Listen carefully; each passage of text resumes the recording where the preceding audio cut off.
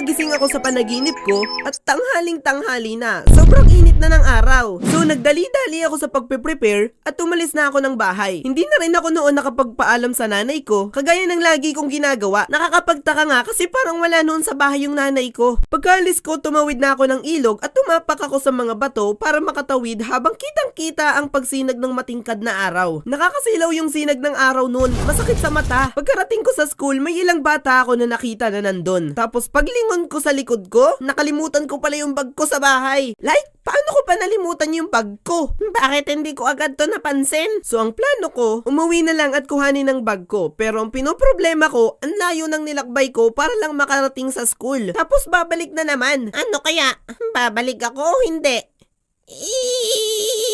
Then, bigla ko na lang na-realize na wala palang pasok noon kasi Sabado pala nung araw na yon. At nakalimutan kong tumingin sa kalendaryo. So, iniisip ko noon, bakit may mga bata sa school kung walang pasok? Then, pagkatapos noon, nagising na ako.